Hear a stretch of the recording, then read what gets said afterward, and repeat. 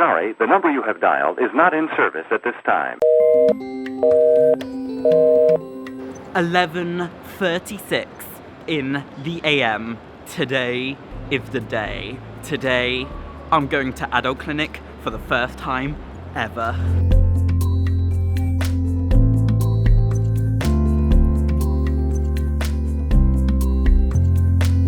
Last month, I was in London and I headed to the adult clinic. Today's video is all about my experience from the start to the end. So without further ado, I was in Waterloo Station.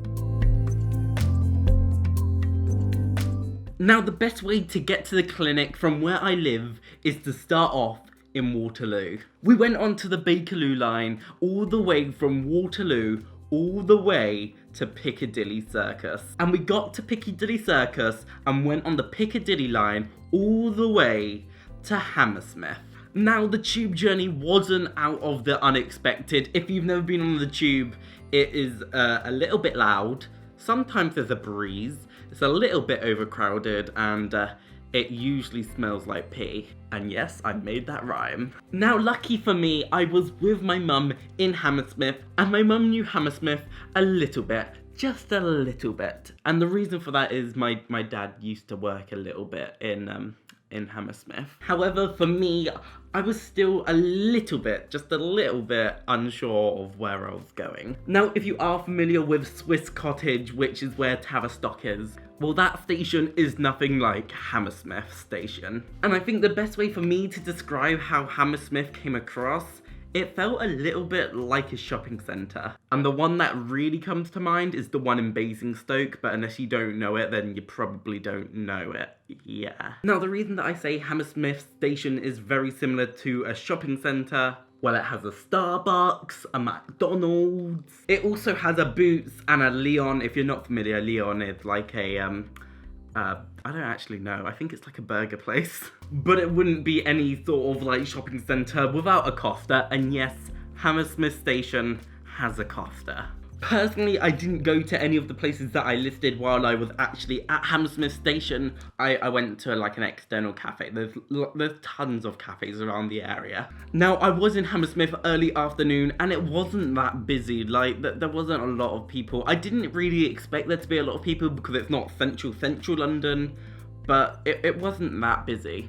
I mean, at the end of the day, it is London, so there's always going to be other people roaming around. So I leave Hammersmith Station and I go outside. There's this flyover that you have to go under, and that's how you actually know that you're in the right place. So once you've gone over the flyover, you're faced with this long road, and on the left side, by the pavement, you will see a sign that says Fulham Palace Road. I would definitely say that's a very vital part that you are aware of before going, because that is pretty much the road that you just follow down the whole way. And I think I recall reading on the website that they say it's like a 15-minute walk. As someone who has like really long legs, I think it took about 10 minutes or less. Now, as you are on the left-hand side of the road, as you're facing down the road, you will go past Charing Cross Hospital.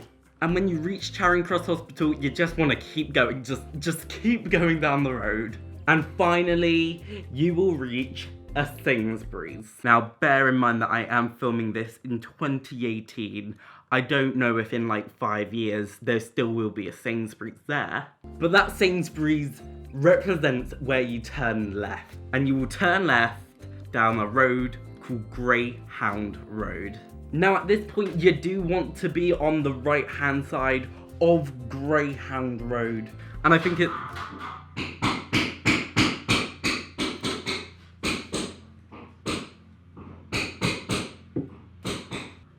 builders downstairs.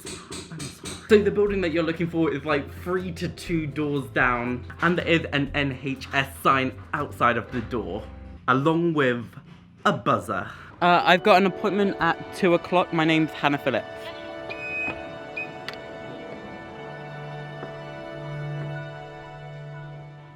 I entered the Charing Cross GIC and went down a thin corridor and up some stairs.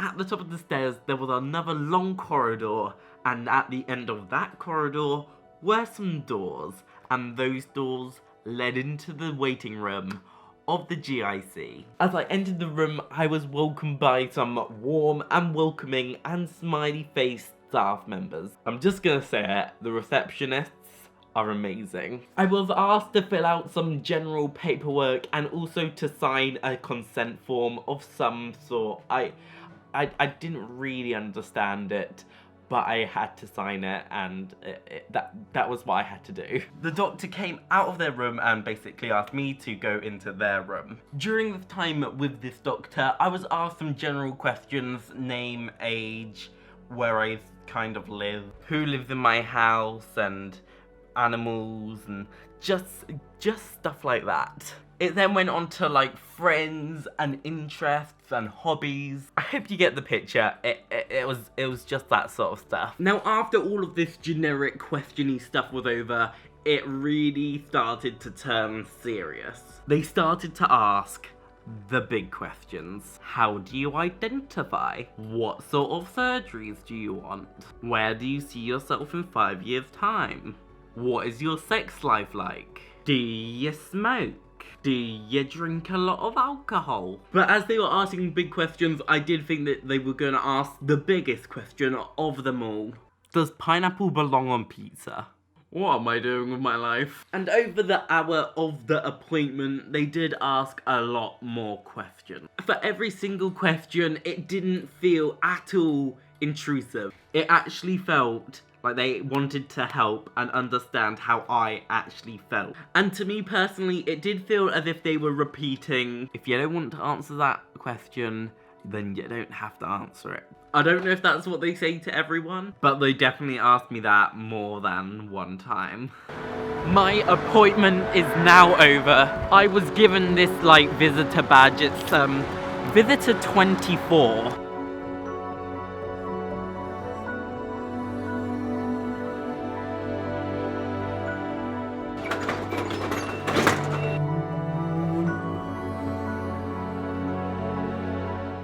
Now, don't get me wrong, I've probably made it seem like my first time was amazing. And yeah, it was amazing.